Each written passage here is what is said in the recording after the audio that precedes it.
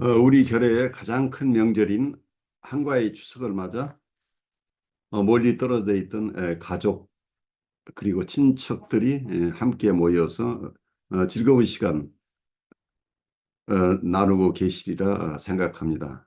여러분 모두 추석을 맞이하여 화목한 가정 그리고 화목한 공동체를 이루시기 바랍니다.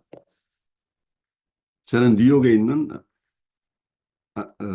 혁신 라이프 코칭 연수원 ICC의 창설자 신현근 정신분석학 박사입니다.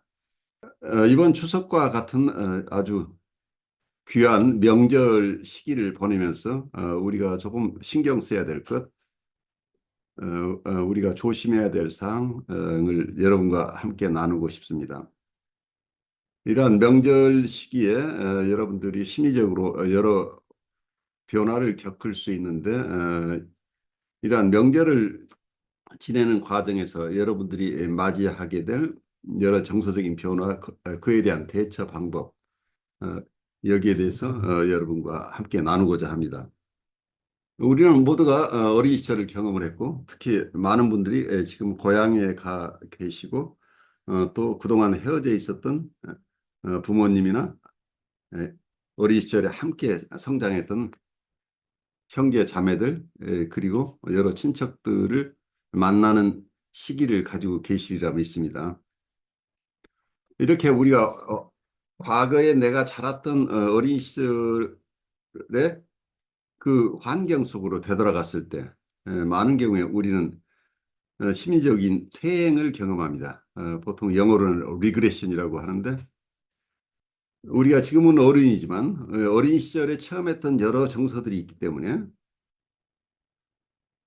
과거에 어린 시절에 만났던 그 대상들을 그분들을 만나게 되면 내가 마치 어린 시절에 가졌던 그 정서를 지금도 가지고 있는 것처럼 느낄 가능성이 굉장히 높습니다. 그래서 경우에 따라서는 서로가 서로를 잘 이해하는데 투행하는 이런 현상을 우리가 이용할 수도 있지만 경우에 따라서는 어린 시절에 서로 잘 좋아하지 못했던 정서까지 우리가 느낄 가능성이 있기 때문에 이때 서로 간에 굉장히 큰 불편함을 겪을 수 있습니다.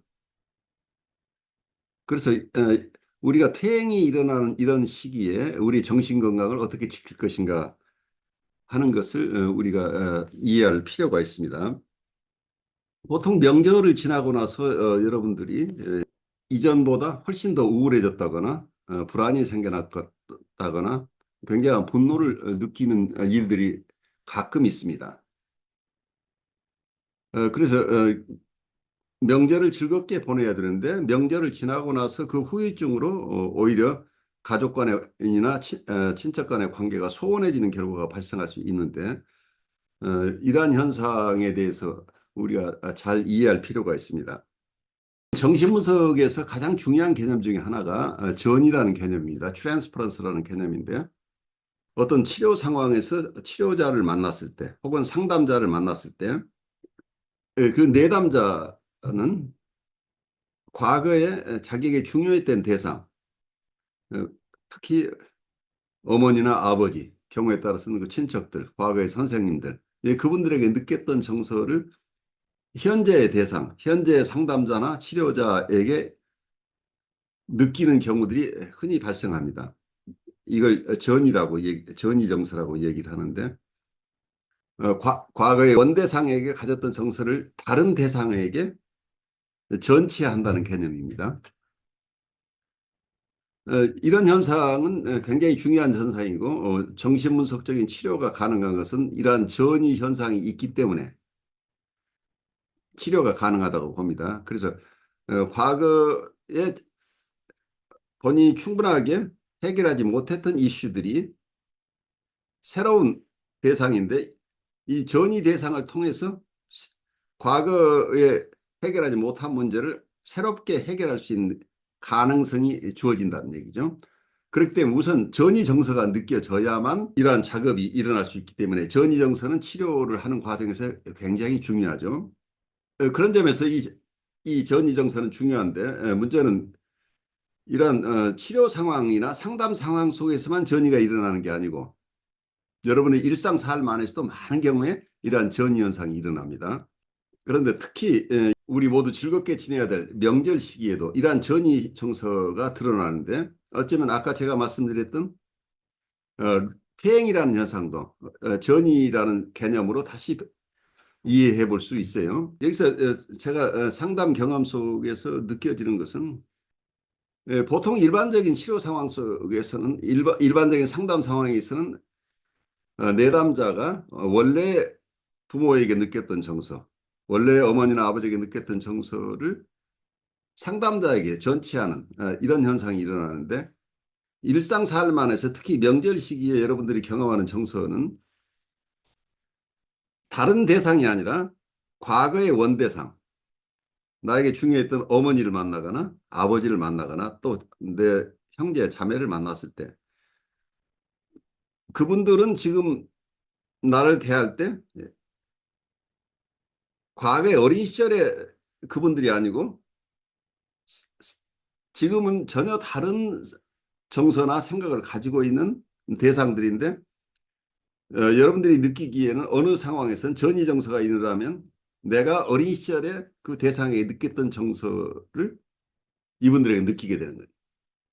그 내가 어른이 됐는데도 어린 시절에 내가 이분들에게 느꼈던 정서를 또 이분들에게 느끼게 되는 이런 상황이 일어나는데 이게 서로 좋은 정서일 경우는 괜찮은데 어린 시절에 그 사랑스럽던 나를 내게 사랑스럽게 보였던 그 가족, 친지 혹은 부모님에 대한 정서를 내가 다시 느끼는 경우에는 우리의 관계가 훨씬 더 돈독해지는 아주 좋은 결과를 가져올 수 있는데 경우에 따라서는 어린 시절에 본인이 소외됐고 이해받지 못했고 비난받았다는 원래의 정서나 경험들이 있었다고 한다면 이 억압돼 있었던 생각이나 정서, 기억 이런 것들이 이러한 명절 시기에 그 대상에게 다시 활성화될 가능성이 있다는 거예요. 그래서 과거의 어머니는 어머니도 젊은 나이여서 나를 어떻게 돌볼 줄 잘 몰라가지고 내가 정서적으로 필요한 것을 내 어머니가 충분히 채우지 못했던 시기가 있었다고 한다면 그 시절에서 어머니도 아이 기르는 것을 배우던 과정 속이니까 어머니 나름대로 애쓰셨지만 어머니가 나에게 잘해준 부분도 있지만 실수한 부분도 있을 수 있겠죠. 그래서 어머니가 나에게 나를 만족시켜준 부분도 있고 만족시키지 못한 부분도 있을 수밖에 없어요. 어느 부모에게나 자녀들 입장에서는 똑같아요.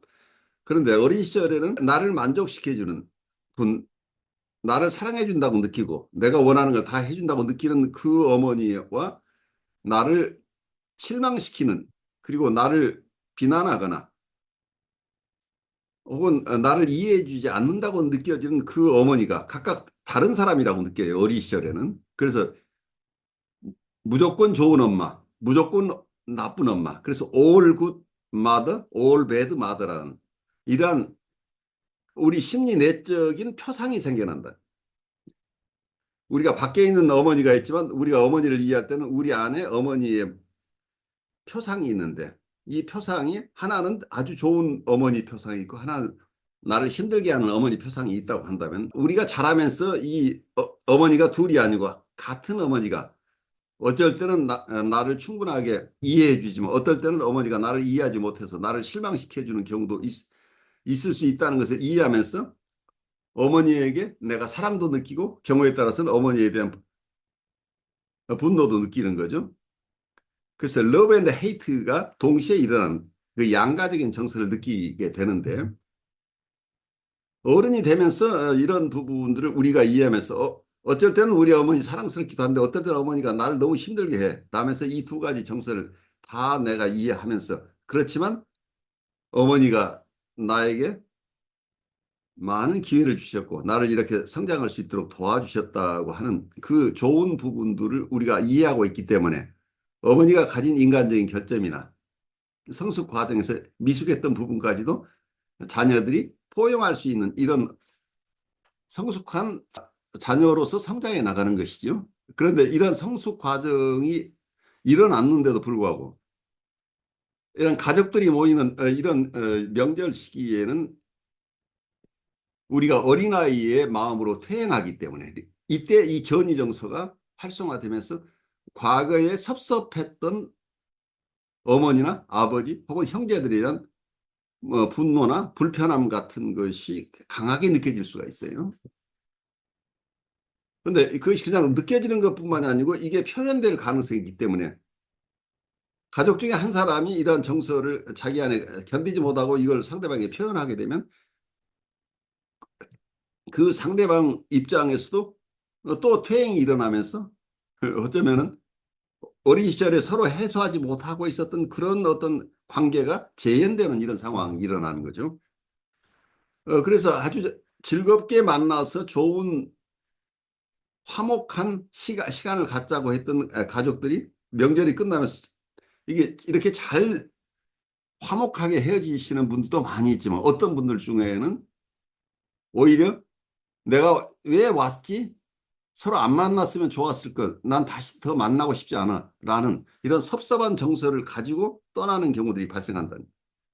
그래서 우리가 왜 이럴까? 우리가 잘 이해해야 되는데 아까 제가 말씀드린 대로 보통 우리가 일반적으로 심리학이나 정신분석학에서 얘기하는 전이 정서는 원래 원대상에 대한 정서를 다른 상담자나 치료자에 대해서 전치하는 경우를 얘기를 하는데 여러분들이 체험하는 것은 내 형에게 어린 시절에 내가 가지고 있었던 분노를 지금은 그 형은 나를 그렇게 힘들게 하는 대상이 아님에도 불구하고 어떤 경우에는 그 형을 만나자마자 과거에 내가 불편했던 그 정서, 분노의 정서가 지금 다시 활성화되면서 그 형을 공격하는 이런 상황이 일어날 수 있는 거죠.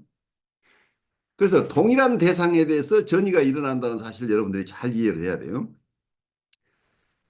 그래서 임상 사례를 보면 60대인 내담자가 90대인 어머니에게 지금 그 90대인 어머니는 나를 힘들게 하거나 어린 시절처럼 나를 무조건 지배하거나 마음대로 나를 휘두르는 그런 분이 아니고 지금은 나에게 그냥 의존하는 이렇게 힘없는 분인데도 불구하고 이 60대의 내담자 생각은 어린 시절에 자기를 힘들게 했던 바로 그 어머니에 대한 정서, 어머니가 나를 무시하고 항상 힘들게 무언가를 내가 하기 싫은 일을 시키고 그리고 내가 잘해도 잘한다고 칭찬하지 않고 나를 비난했던 그 어머니에게 느꼈던 그 정서를 지금 현재 90 노모에게 60대인 자녀가 느끼고 있는 이게 실제 지금 어머니하고 관계에서 발생하는 어떤 정서라기보다는 과거의 원대상에게 느꼈던 정서 그 원대상이라고 하는 것은 어머니가 20대나 30대에 있을 때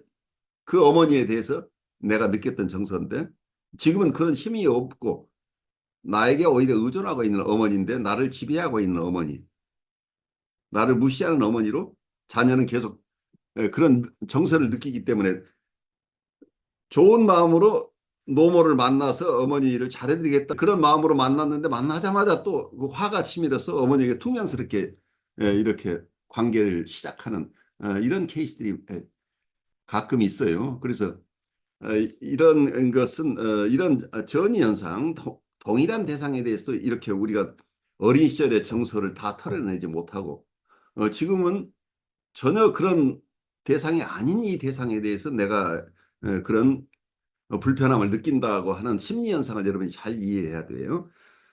이 부분은 제가 다른 쪽에서 좀 설명을 한다면 과거의 정신분석에서는 우리가 인과관계라는 개념을 선형적인 인과관계라고 그래서 과거에 있었던 일을 지금 현재 전치한다. 이제 이렇게 이런 지금까지 제가 설명했던 이 선형적 인과관계 이론으로 우리가 설명을 해요. 그렇지만 또 다른 쪽에서 본다면 지금 어머니하고 90 노모하고 관계에서는 나는 그 어머니하고 나하고 관계에서 현재 내가 어떻게 어머니를 대하느냐에 따라서 어머니의 나에 대한 태도가 결정이 되죠. 또 어머니가 어떻게 하시는가를 내가 객관적으로 잘 볼 수 있다고 한다면 어린 시절의 그 정서보다는 나는 현재 다른 정서를 가질 수 있는데 이 인과가 상호 인과고 양방향적이었어. 두 방향으로 서로 원인 결과가 일어난다고 하는 것을 우리가 이해를 해야 되는데 어머니가 잘하시면 내가 기분이 좋아지고 또 내가 잘하면 어머니가 기분이 좋아지죠. 근데 내가 화를 내면 어머니도 화가 나고 어머니가 화를 내면 또 내가 화가 나는 거죠. 이런 상호 인과적인 이런 현상을 우리가 깊이 이해할 필요가 있다는.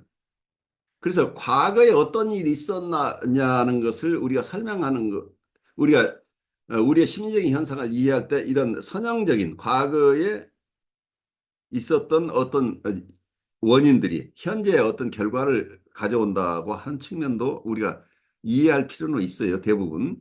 많은 경우에 그런 현상에 대한 이해가 굉장히 중요해요. 그래서 선형적 인과를 통해서 치료의 길을 열어가는 것은 굉장히 중요한데 또 하나 중요한 것은 우리는 어떤 환경이나 우리가 가진 기질에 의해서 결정돼서 우리에게 어떤 선택권이 없는 사람이 아니고 우리가 인격적인 사람이라고 하는 것은 우리가 어떤 환경에 있거나 내가 어떤 기질을 타고났거나 우리는 끊임없이 우리의 자유의사에 의해서 우리가 선택해서 이 삶을 살아가고 있다는 것을 이해를 해야 돼요. 그래서 내가 과거에 어떤 일이 있으나 과거에 원대상과의 관계에서 어떤 부분에서 응어리진 것이 있다고 할지라도 지금 내가 이 현재 대상과 어떤 관계를 맺느냐에 따라서 내 과거는 아름다운 과거가 될 수도 있고 되돌아보고 싶지 않은 과거로 남아있을 수도 있죠. 그래서 어쩌면은 우리는 현재를 통해서 과거를 다시 체험할 수도 있다고 하는 것을 여러분들이 잘 이해하면 좋겠어요. 불가에서는 이런 경우에 재행무상 혹은 제법 무화라는 개념을 사용하죠. 변하지 않는 고정된 실체로서의 내가 있거나 변하지 않고 고정된 실체로서의 대상이 있지 않다고 하는 것을 왜 저는 정신분석적으로 조금 이해하려고 애를 쓰고 있어요. 이게 불가의 제법 무화라고 하는 개념이 나라고 하는 개념 혹은 대상이라고 하는 개념. 정신분석적으로는 우리가 자기 표상 혹은 대상 표상이라고 얘기를 하는데 이 자기 표상이나 대상 표상은 끊임없이 변하는 것이지 변해 나가는 과정이죠. 이게 변하는 과정이 우리가 잘 성숙해 나가는 과정 속에서 일어날 수도 있고 퇴행할 수도 있지만 어쨌든 우리는 고정된 실체로서의 나나 고정된 실체로의 대상이 있는 게 아니라는 것을 우리가 깊이 이해할 필요가 있는 거예요. 그러면 나는 과거에 매이지 않고 실존적으로 살아갈 수 있는 힘을 가진 존재가 될 수 있다는 얘기죠. 그리고 대상과의 관계에서도 과거에 실패했던 그 대상과의 관계가 영원히 그대로 반복되는 것이 아니고 나의 실존적인 결단에 의해서 그 대상과의 새로운 관계가 이루어질 수 있다고 하는 거죠. 이런 점에서 아까 제가 말씀드린 선형적 인과율의 고전적인 정신분석 이론보다는 상호 인과율적으로 here and now에서 지금 여기에서 우리의 삶이 이루어지고 있다는 우리의 삶에 대한 깊은 의식의 전환이 필요하지 않은가 싶어요. 우리가 과거에 매여 사는 삶으로부터 현재 중심에 지금 여기에서 내가 어떻게 실존적으로 살아가느냐가 중요하다는 지점에 대한 통찰이 여러분에게 필요하지 않냐.